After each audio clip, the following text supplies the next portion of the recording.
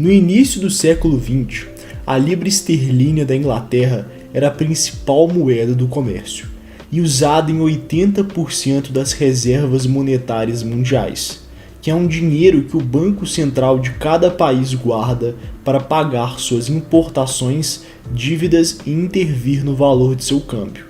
E nesse período, o papel do Reino Unido como um grande credor de dívidas internacionais e lar do mercado financeiro mais importante, mantinha a libra, uma moeda estável e confiável, como hegemônica.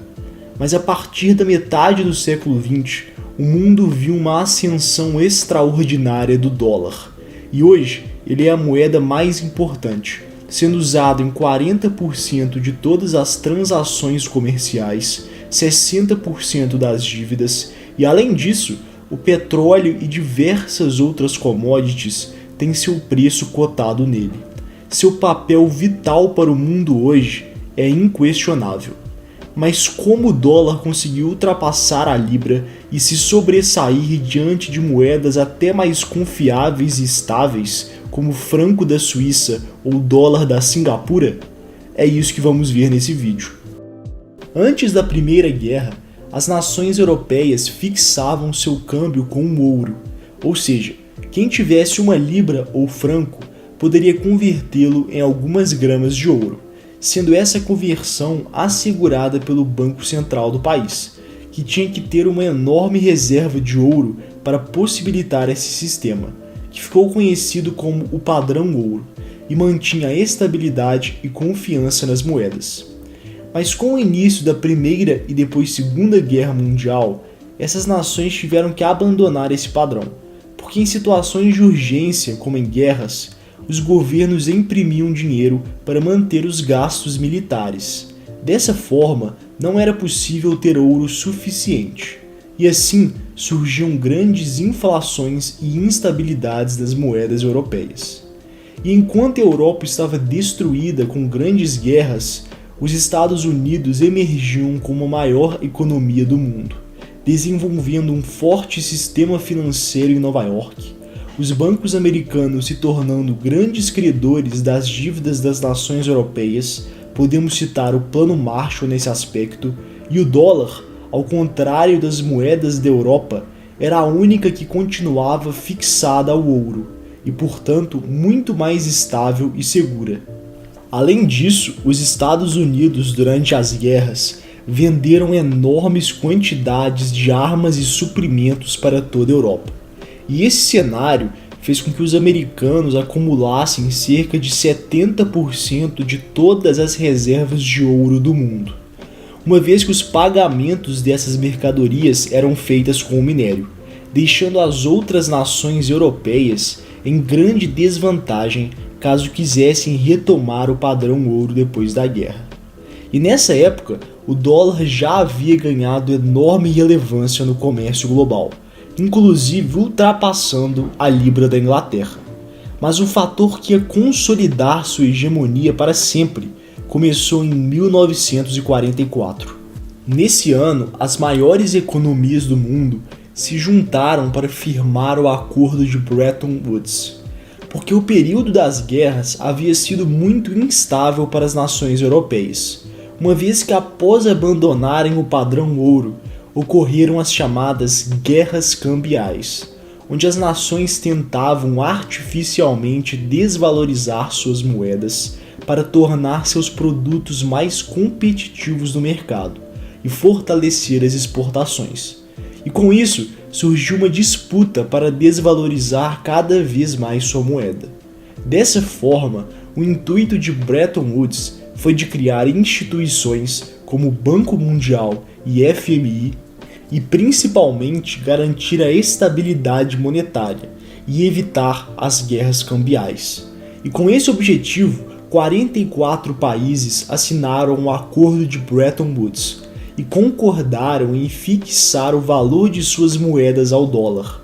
E enquanto isso, o dólar adotaria o padrão ouro, ou seja, todas as moedas se fixavam no dólar enquanto o dólar se fixava no ouro.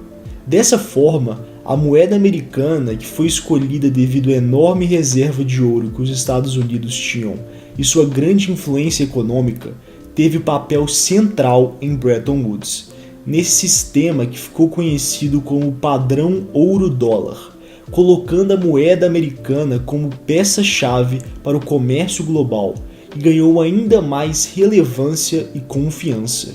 Bretton Woods consolidou a posição de liderança do dólar, e em 1970 ele já tinha 85% de participação como reserva de dinheiro dos bancos centrais, ascendendo no pós-guerra como a moeda mais poderosa do mundo, disparadamente, dominando e estabilizando o comércio, enquanto a libra declinava e Nova York se tornava o maior polo financeiro do mundo.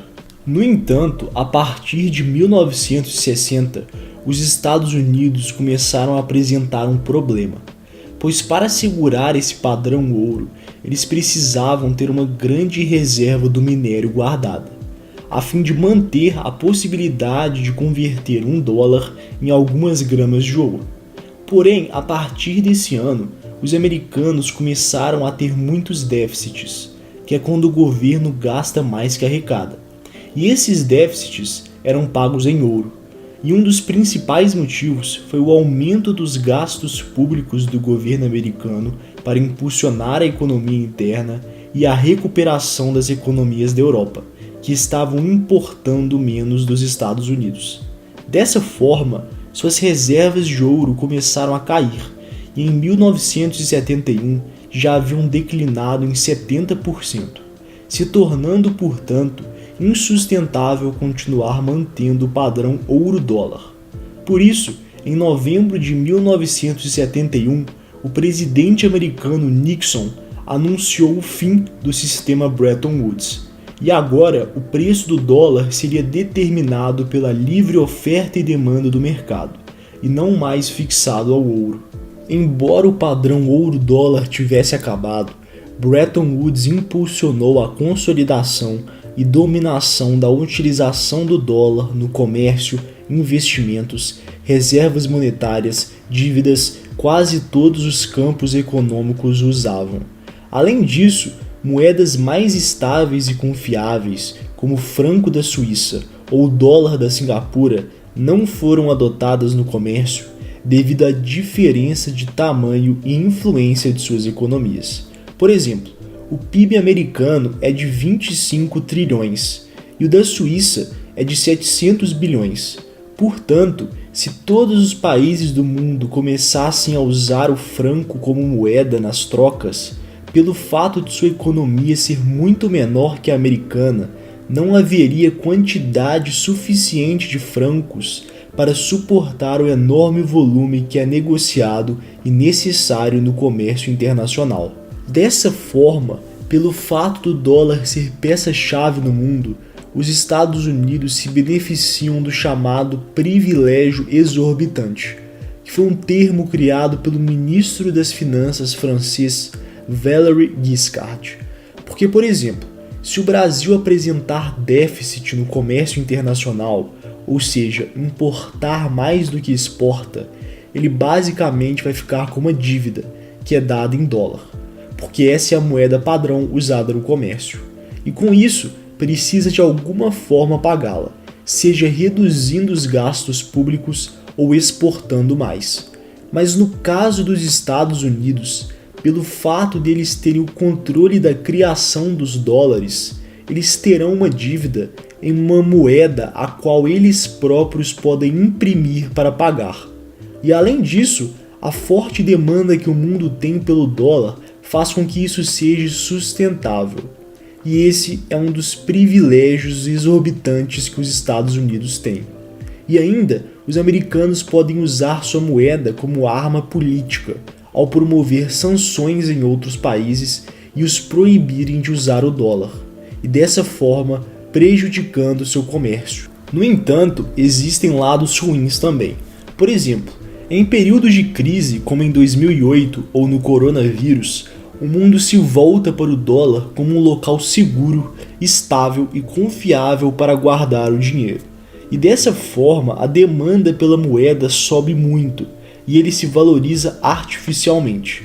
E isso é prejudicial, pois seus produtos se tornam mais caros no comércio internacional em comparação com os de outros países, e suas empresas menos competitivas nesse período. No entanto, o presidente do Banco Central Chinês em 2010 reafirmou o privilégio exorbitante que os Estados Unidos têm. E essa vantagem de deter o poder sobre a moeda que é padrão do comércio que faz a China tentar internacionalizar sua moeda, o renminbi. E por isso tem feito uma série de iniciativas, por exemplo, fazendo vários acordos de livre comércio na Ásia, usando sua moeda como principal nessas trocas. A internacionalização do renminbi vai impulsionar seu setor financeiro, beneficiando Xangai para se tornar o centro econômico do mundo, assim como Nova York é hoje. Mas isso ainda vai demorar muito. Hoje, sua moeda é usada em somente 2% das transações comerciais do mundo. E a China ainda tem um sistema financeiro pouco transparente e desenvolvido. E além disso, historicamente, as moedas dominantes do mundo foram de países que tinham em sua base princípios democráticos. Por exemplo, tanto a Inglaterra quanto os Estados Unidos tinham sistemas políticos que limitavam o acúmulo de poder e tinham muita transparência política. E isso foi importante para garantir confiança aos investidores nacionais e estrangeiros. E o mesmo aconteceu na República Holandesa e nas cidades-estados de Gênova e Veneza, que tiveram moedas de grande importância no comércio internacional em sua época. Mas mesmo assim, devido ao tamanho e influência que a economia da China vai ter nesse século, é bem provável que o renminbi ganhe lentamente considerável importância e conceda ao mundo uma boa alternativa ao dólar, diversificando a dependência atual com ele, que dá aos americanos grandes privilégios econômicos. É estimado que em 2035 a moeda chinesa vai ser usada em 6% das reservas de dinheiro do mundo, ultrapassando o ien japonês e a libra, mas ainda muito longe da hegemonia do dólar, com 60% de participação. Nesse sentido, o padrão dólar e o legado do sistema Bretton Woods ainda ficarão conosco por muito tempo. Se você gostou do vídeo, deixe um gostei aí embaixo, se inscreva, compartilhe e o Instagram do canal está na descrição. Muito obrigado por ter assistido o vídeo até aqui e até a próxima.